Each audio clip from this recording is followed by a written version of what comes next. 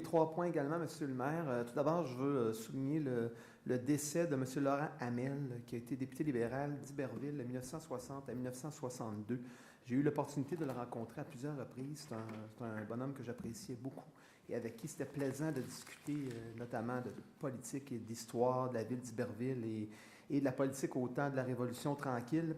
Monsieur Hamel était certainement l'un des derniers députés élus et qui était toujours vivant. Donc, un des derniers députés élus en 1960 avec Jean Lesage et l'équipe du Tonnerre. Donc, aux membres de la famille de M. Hamel, je veux offrir mes condoléances les plus sincères et au nom du conseil municipal, le remercier pour ce qu'il a fait pour sa communauté. Il y a déjà de cela un bout de temps, mais quand même, c'est un engagement important, 6 ans comme député.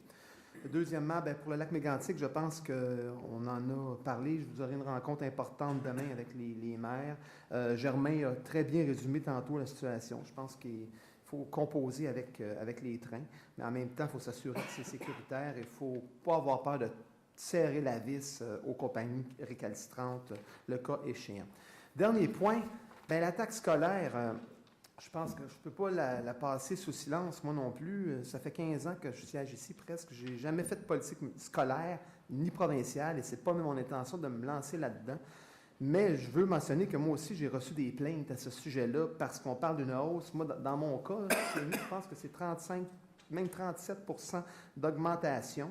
La commission scolaire écrit dans son prospectus que c'est ni plus ni moins que c'est du pelletage qui vient de Québec, mais ça demeure que c'est des hausses considérables et qu'on inflige, des hausses de taxes considérables qu'on inflige à des citoyens déjà à bout de souffle et surtaxés.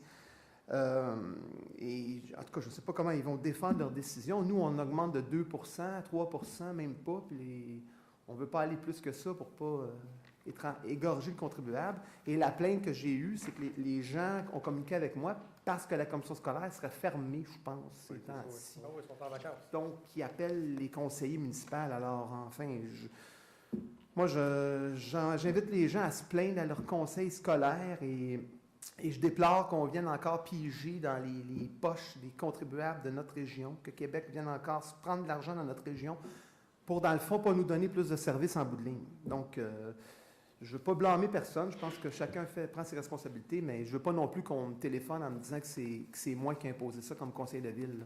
Alors, j'invite les gens à retourner à appeler la commission scolaire et celle-ci à répondre aux appels des citoyens. Sur ce, bon été à tout le monde.